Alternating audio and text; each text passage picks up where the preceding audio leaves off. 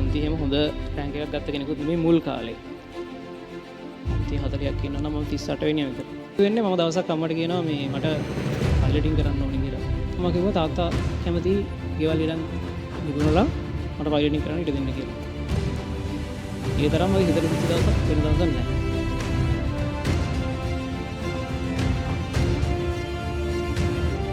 මම පටන් ගන්නවා මගේ කතන්දරෙන්. මම 2016 වසරේ තමයි උසස් පෙළ ලියන්නේ. ඉතින් ඊටත් කලින් කියනවා මම රම්පකුණගම මහාවිද්‍යාලය කියන පොඩි පාසලේ තමයි ඉගෙන ගත්තේ. නිට්ටඹුව ප්‍රදේශයේ තමයි මගේ ගම. ඒ පාසලෙන් ඉගෙනගෙන ඒ පාසලේ ශිෂ්‍යත්ව විභාගයට මුහුණ දීලා ලංකාවේ ශිෂ්‍යත්ව විභාගයෙන් 7 වෙනියා වෙලා මම කොළඹ රාජකීය විද්‍යාලයට එනවා.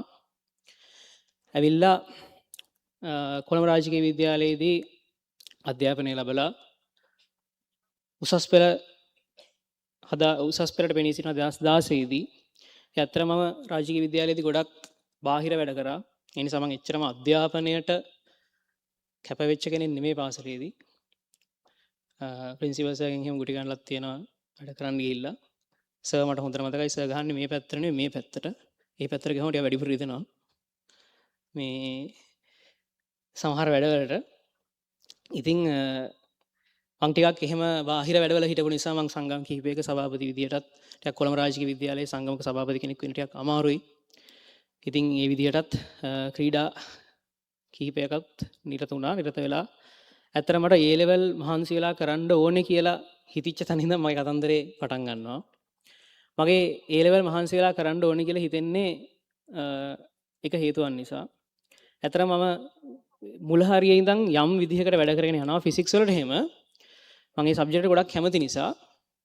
ඊට පස්සේ ඒත් අනිත් සබ්ජෙක්ට් වලට එහෙම ලොකුවට උනන්දුවක් මම දක්වන්නේ නැහැ. මම පන්ති එහෙම හොඳ රැන්ක් එකක් ගත්ත කෙනෙකුත් නෙමෙයි මුල් කාලේ. පන්ති 40ක් ඉන්නවා නම් මම 38 වෙනියා විතර. ඒකට හේතු වෙන්නේ ප්‍රධාන වශයෙන් මම පන්ති يعني මම අධ්‍යාපනික කටයුතු වල නෙමෙයි හිටියේ. මම හිටියේ අනිත් වැඩවල. ඒ කියන්නේ වෙනත් වැඩවල. ඒ කියන්නේ ස්පෝර්ට්ස් ක්ලබ්ස් ඇන්ඩ් සොසයිටිස් ඒවත් එක්ක. ඊට පස්සේ උසස් පෙළට ආවට පස්සේ මට වැඩ කරන්න හිතෙන්නේත් යම් හේතුවක් නිසා. අපේ අම්මයි තාත්තයි මෙතන ඉන්නවා. අපේ අම්මයි තාත්තා දන්නේ නැහැ මේක ගැන.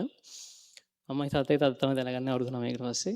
මේ දවසක් මට ඒ කාලේ ඔන්ලා තියෙනවා මට උසස් පෙළ ගැන එච්චර හැඟීමක් නැහැ. මේ කැම්පස් යන්න ඕනේ ඒකේ වටිනාකමක් තියෙනවා. ඒක ලොකු දෙයක් කියලා මට එච්චර හැඟීමක් නැහැ. මං දවසක් මගේ ක්ලබ්ස් ඇන්ඩ් සොසයිටිස් අතරම බාර දීලා ඒ කියන්නේ AGM එක තියෙන මාර්තු මාසේ ඒවා බාර දීලා ගෙදර එනවා විභාගයට මාස 6ක් විතර දීලා මම ඒ කාලේ බෝඩ් වෙලා හිටියේ කොළඹ මොකද ඉස්කෝලේ වැඩත් එක්ක කරන්න බැරි නිසා. එතකොට බෝඩ් වෙලා ඉඳලා ගෙදර ඇවිල්ලා දවසක් මේ මම අම්මත් එක්ක කතා කරද්දි දැන් අම්මලත් හිතන්නේ නැහැ මම කරගෙන ගිහලා වැඩේ. මොකද තියෙන වැඩත් එක්ක මේ තියෙන ලකුණුත් එක්ක. ඒ වුණාට මම ඉස්සර ඒ කියන්නේ මම ඇත්තටම මම අධ්‍යාපනික කටයුතු මහන්සි වෙලා කරපු කාලවලදී මම ඒක ඉතාලම හොඳින් කරලා තියෙනවා. මුතර ඒ කාලෙදි එහෙම කරේ නැහැ මට ඕනෙකමක් තිබුණේ නැහැ අතරම කැම්පස් යන්න මම හිතුවා ඒක ඇත්තට වටින්නේ නැති දෙයක්. කැම්පස් නම් හැමතැනම තියෙනවා. කියලා. ඊට පස්සේ මට ඒක කරන්න හිතෙන්නේත් කැම්පස් යන්න තියෙන ආසාවකට නෙමෙයි. මේක මහා වැදගත් කතන්දරයක් වෙයි ඔයාලට. මේක මම ගොඩක් කාලයක් කියන්න බලන් හිටපු කතන්දරයක්. කැම්පස් යන්න ආසාවක් ඇති වෙන්නේ කැම්පස් යන්න ආසාවක් කවදාවත් ඇති වුණේ නැහැ මුලින්ම. ඒකට හේතු වෙන්නේ මම දවසක් අම්මට කියනවා මේ මට පයිලටින් කරන්න ඕනේ කියලා. මගේ තාත්තා විදුලි ඉංජිනේරුවරයෙක්. එතකොට අපි සාමාන්‍ය මධ්‍යම පාන්තිකයෝ. ඉතින් ඒගොල්ලන්ට යම් විදිහකට උතුරු කරගත්ත මුදල් තියෙනවා. පයිලටින් කරන්න ඕනේ කියලා හිතුණාට පස්සේ මම බලනවා හොයලා ඒකට කොච්චර විතර වියදමක් යනවද කියලා. ඒකට ලක්ෂ ඒ වෙලාවේ විදිහට රුපියල් ලක්ෂ 150ක් විතර යනවා. ඉතින් මං හිතන්නේ අපි මධ්‍යම පාන්තික විදිහට එහෙම මුදලක් නම් තිබුණේ නැහැ. ඒත් සමහරට ගෙවල් ඉඩම් ඔක්කොගේම වටිනාකම නම් ඒ වගේ ගණක් එන්න ඇති. ඊට පස්සේ ඉතින් මං එහෙම කිව්වට පස්සේ අම්මා කෙනෙක් මොකුත් කියන්නේ නැහැ. අම්මත් කැමති අවුලක් නැහැ. ඉතින් එයාලා දන්නවා එයාලට තමයි කරදරේ වෙන්නේ කියලා. මොකද එයාලගේ සල්ලි මං ගෙදන් කරන්න ඕනේ. ඉතින් තාත්තත් එක්ක කියලා තාත්තා මට කිව්වෙත් නැහැ. තාත්තා ඒත් මට දවසක් අම්මා කිව්වා තාත්තා කැමති ගෙවල් ඉඩම් විකුණලා මට පයිලටින් කරන්න ඉඩ දෙන්න කියලා. ඒ තරම් මගේ හිතට දිච්ච දවසක් වෙන දවසක් නැහැ. ඒ කියන්නේ මට හිතුණා මාව පොඩි කාලේ ඉඳන් බලාගත්තේ පන්ති ගෙනිච්ච හැම දෙයක්ම කරේ අම්මයි තාත්තයි. එතකොට මගේ රම්පගුණේ ඉස්කෝලේද ඊට පස්සේ රෝයල් එකද ගෙනහිල්ලා ඉරළුවේ හැම දෙයක්ම කරේ අම්මයි තාත්තයි කියන්නේ වියදම් කරේ මහන්සි වුණේ අම්මයි තාත්තයි. ඉතින් එච්චර කාලයක් එයාලගෙන් යැපිලා අවුරුදු 19ක් එයාලගෙන් යැපිලා ඊට පස්සේ මම 20 ඉඳනුත් මගේ ජීවිතේ මම ඒගොල්ලෝ උපයාගත්ත මුදල් වියදම් කරලා මම ජීවිතේ ඉස්සරහට ගෙනියන්නද මං යන්නේ. එහෙනම් ගෙවල් ඉඩම් විකුණලා වගේ පයිලටින් කරොත් මම සමහරට හොඳට ඉඳී. නමුත් මගේ අම්මට තාත්තට කරන ගොඩාක් ලොකු අසාධාරණයක්. හින්දා කැම්පස් යන්න තිබිච්ච ආසාවකට නෙමෙයි ඊට පස්සේ මං මහන්සිලා එලෙවල් කරනවා. අන්තිම මාස 6ේදී. එතකොට එහෙම කරලා ඉතින් නම් තමයි මම අතරම ඒ වෙනකම් මම වැඩක් කරලා නැහැ. හැබැයි ෆිසික්ස් වලට මම වැඩ කරලා තියෙනවා. ෆිසික්ස් වල ගොඩාක් ආසයි. මම ෆිසික්ස් වලට සහ ඉංජිනේරින්ග් වලට හරි ආසයි. මොකද පොඩි කාලේ ඉඳන් මම කියන්නේ පොඩි කාලේ ඉඳන් සෙල්ලම් කරන්නේ ඔය ඉලෙක්ට්‍රොනික ගැජට් එක සමහර වෙලාවට තාත්තා වුණත් පොඩි කාලේ අර සෙල්ලම් බඩු හදලා දෙනවා වගේ එක සර්කිට් තමයි හදන්නේ අපි. ගෙදර ඉඳන්. එතකොට පොඩි කාලේ මට 7 වසර 8 වසර වෙනකොට සාමාන්‍ය LDR එකක් වැඩ කරන විදිය LDR එකකින් සර්කිට් එකක් කියන්නේ මොකද්ද කියන එක ඔය ලයිට් සීක්වන්ස් එකක් තියෙන සර්කිට් එකක් ඔය නයිට් රයිඩ් සර්කිට් වගේ ඒවා හදන්න පුළුවන් 6 වසර 7 වසර වගේ වෙනකොට හැදුවා අපි 9 වසර 10 වසර වෙනකොට ආඩියුනෝ වගේ දෙයක් කරගන්න පුළුවන් සාමාන්‍ය PLC පුළුවන්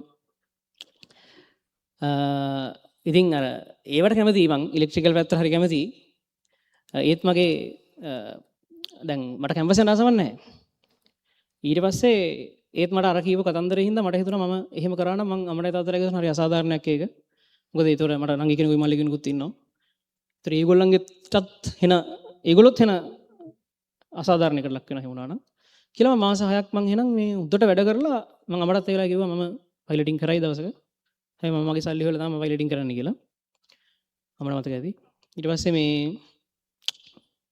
මං ඊට පස්සේ මහන්සිලා වැඩ කරා ගොඩක් මහන්සි වුණා ඇත්තටම මොකද මාස 6යිනේ හැමදේටම තියෙන්නේ මාස 6ක් කියන මාස 5ක් විතර ඇත්තටම තිබ්බේ මාර්තු මාසෙනේ තුන 8 වෙනි මාස විභාගෙ තිබ්බේ ඉතින් ගොඩක් මහන්සිලා වැඩ කළා මගේ ඉතින් නම් තිබිච්ච එකම ෆෝකස් එක විතරයි මට කෑවද බිව්වද කියලා තොට නැහැ මට ගෙදරින් කියලා දෙනවා වැඩ කරන්න එපා කියලා ඒ කියන්නේ මම වැඩ කරනවා වැඩි කියලා එහෙනම් මම මහන්සි වෙනවා වැඩි කියලා පාඩම් කරනවා වැඩි කියලා ගෙදරින් කියලා තියෙනවා අන්තිමට ගියේ මුල් ටී එන කවදාවත් එහෙම කියලා නෑ පොතක්වත් අල්ලන්නේ නැහැ කියලා කියන්නේ ඊට පස්සේ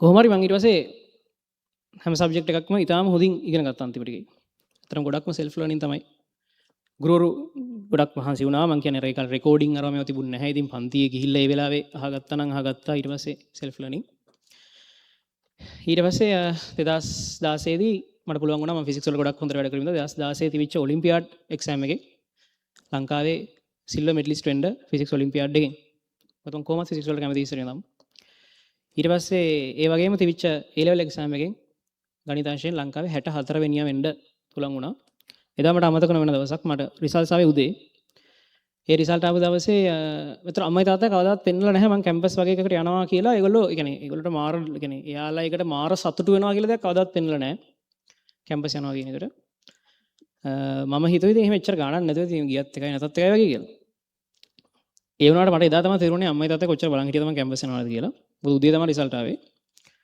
උදේ රිසල්ට් ආවට පස්සේ මං හැරලා කලින්ම තාත්තා හම්බුණා තාත්තා තමයි වුණේ තාත්තා රිසල්ට් එක කිව්වා මං ජීවිතේ තාත්තා අඬනවා දැකලා නැහැ ඊට කලින් තාත්තා මෙතන ඉන්නවා මේ තාත්තා අඬනවා දැකලා නැහැ එදා තමයි කලින්ම තාත්තා අඬනවා දැක්කේ තාත්තටත් එච්චරම මේ අවබෝධයක් නැහැ ඒ වෙලාවේ මේ රිසල්ට් එකත් එක්ක මට මොකද යන්න පුළුවන් කියලා මම තාත්තා ඉංජිනේරින් අහු වෙනවාද කියලා මම ලංකාවේ 64 ඉතින් ඉංජිනේරින් අහු වෙනව නෙවෙයි 64 තාත්තගේ ඉංජිනේරින් අහු වෙනවාද කියලා මම කිව්වා ඔව් මොරටුව යන්න පුළුවන් මේ කියලා මොකද ලංකාවේ මම හිතන්නේ 700ක් විතර ගමරට යනවා එතකොට යන්න පුළුවන් කියලා මම කිව්වා